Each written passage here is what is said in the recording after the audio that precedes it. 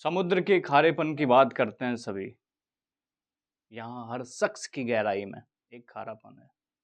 नमस्कार साथियों, स्वागत है आप सभी लोगों का आपके अपने YouTube channel future ready classes में। करंट अफेयर्स की सीरीज को आगे बढ़ाते हुए आज एक नए क्वेश्चन के साथ मैं उपस्थित हूँ आप सभी के समक्ष।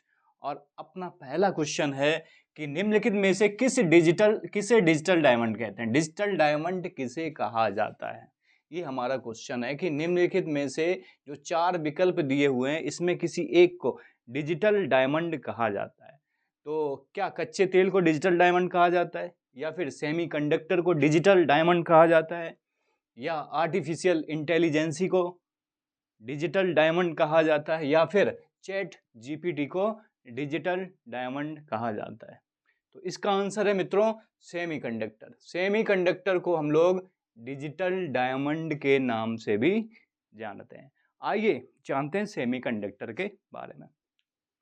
पहले तो सेमीकंडक्टर की हिंदी होती है अर्धचालक, और अर्धचालक का मतलब होता है कि ऐसी चालकता, विद्युत की ऐसी चालकता जो तांबे से कम होती है, जो कॉपर से कम होती है लेकिन कांच से अधिक होती है।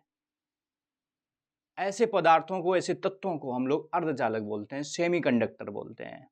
ठीक है। और सेमीकंडक्टर में क्या क्या आता है? जर्मेनियम, सिलिकॉन, गैलियम, ये आपके सारे पदार्थ, सारे तत्व अर्धचालक में आते हैं। अब जानते हैं हम लोग सेमीकंडक्टर के बारे में। तो सेमीकंडक्टर एक चिप होती है। सेमीकंडक्टर क्या होता है? एक चिप होती है। अब इस चिप का यूज जितने भी आपके इलेक्ट्रॉनिक्स गैजेट्स होते हैं, like that CCTV camera, LED, mobile, smartphone, laptop, ठीक है, या फिर पर्सनल कंप्यूटर हो, या फिर जो भी इलेक्ट्रॉनिक्स गैजेट्स होते हैं उसमें इस चिप का, इस सेमीकंडक्टर का प्रयोग होता है।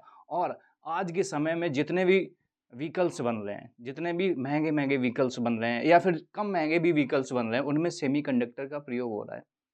अभी भारत का ऑटोमोबाइल सेक्टर इसी सेमीकंडक्टर की कमी से जूझ रहा था।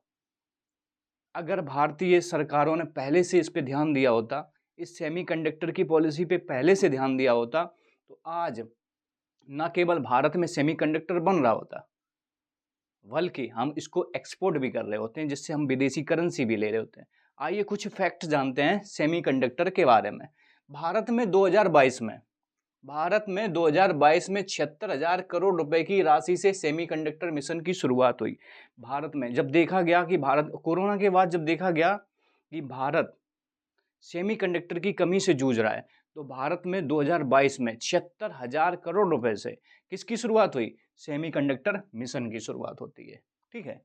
अब क्या है, अब देखिए इसका इतिहास समझते थोड़ा। 1970 में अमेरिका की एक कंपनी थी 1970 में, जिसका नाम है फेयर चाइल्ड। वो भारत में अपना सेमीकंडक्टर का प्लांट लगाना चाहती थी, लेकिन सरकारों की उदासीनता की वजह से, सरकारों के रवैये के कारण, ढीले ढाले रवैये के कारण, राजनीति के कारण इस कंपनी को भारत में नहीं लगने दिया गया। सोचिए 1970 में अगर सेमीकंडक्टर का प्लांट भारत में लग जाता तो आज भारत की स्थिति क्या होती।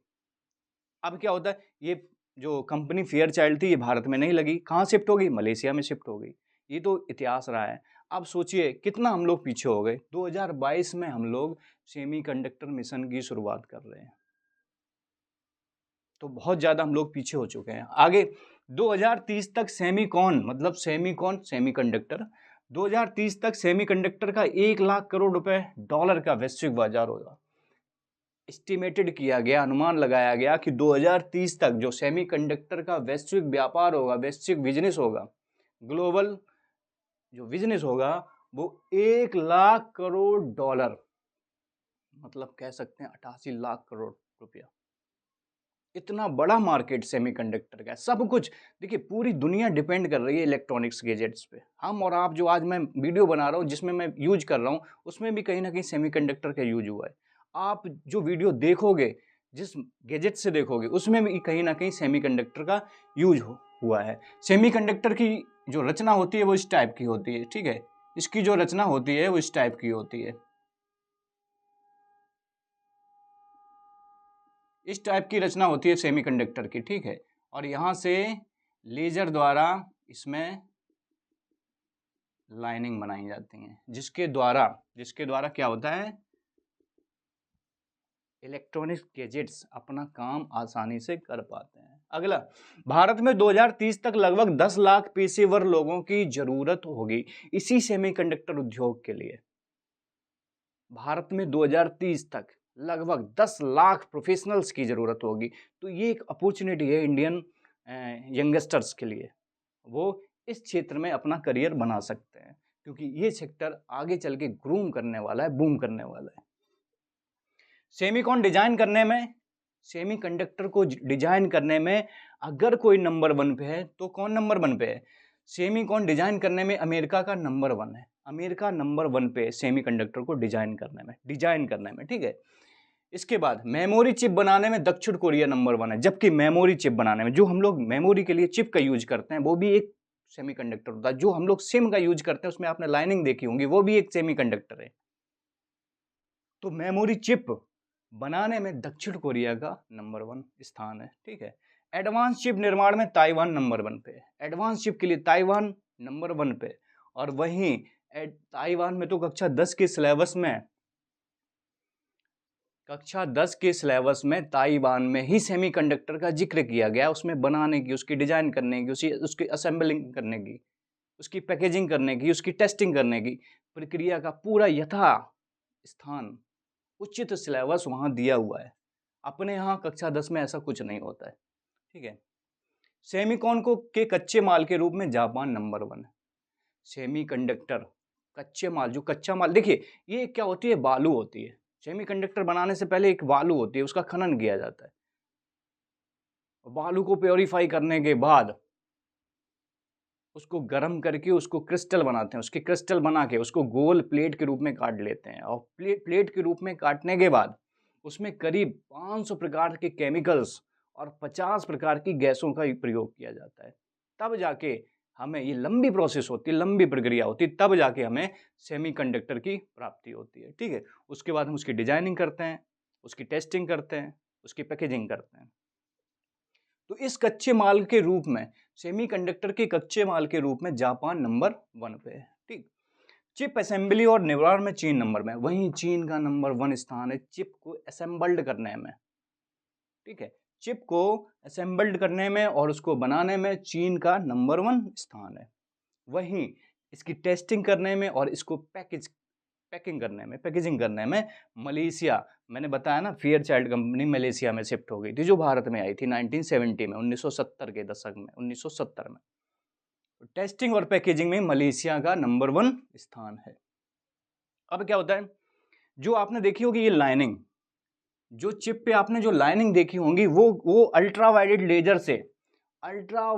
लेजर रेस से चिप पर, सेमीकंडक्टर पर लाइनिंग की जाती है, ठीक है, जिससे उसके बाद उसकी फिर टेस्टिंग होती है और पैकेजिंग होती है। ताइवान, सेमीकंडक्टर में ताइवान, उसके बाद अमेरिका, फिर चीन, इन देशों का सेमीकंडक्टर में वर्चस्व है। भारत अभी बहुत पीछे है सेमीकंडक्टर के क्षेत्र में।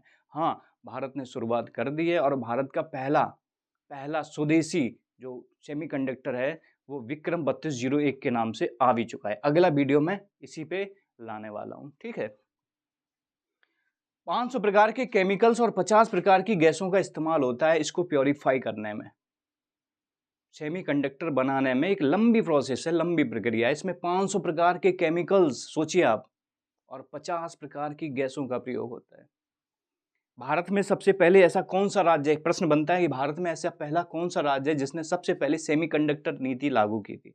तो गुजरात। भारत में गुजरात एक ऐसा राज्य है जिसने सबसे पहले भारत में सेमीकंडक्टर की पॉलिसी लागू की थी, ठीक है। भारत में CCTV camera, mobile network, satellite में भी सेमीकंडक्टर का हर जगह यूज हो रहा है।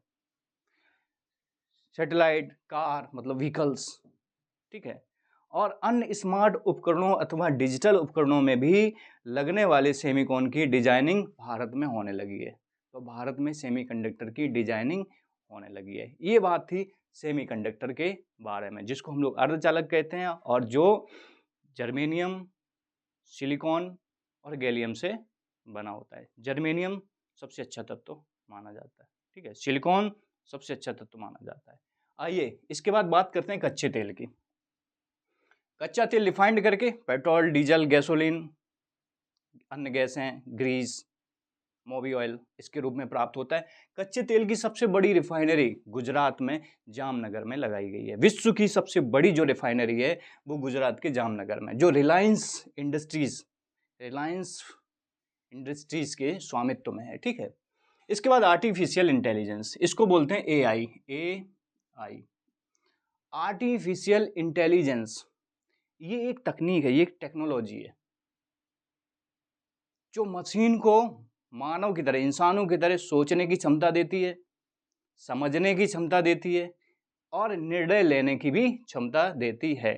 इसीलिए इसको कृत्रिम बुद्धिमत्ता, हिंदी में बोलते हैं कृत्रिम बुद्धिमत्ता, मतलब आर्टिफिशियल इंटेलिजेंस भी कहा जाता है। चैट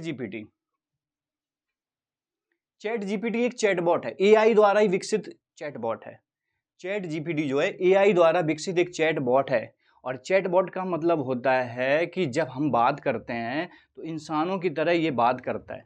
चैटबॉट इंसानों की तरह बात करता है, इंसानों की बात को टेक्स्ट के रूप में भी प्रस्तुत कर सकता है, ठीक है, उसको इमेज के रूप में भी प्रस्तुत कर सकता है, उसकी पीडीएफ भी बना सकता है। उसको हम लोग चैट जीपीटी कहते हैं। तो चैट जीपीटी एआई का ही एक टूल है, ठीक है।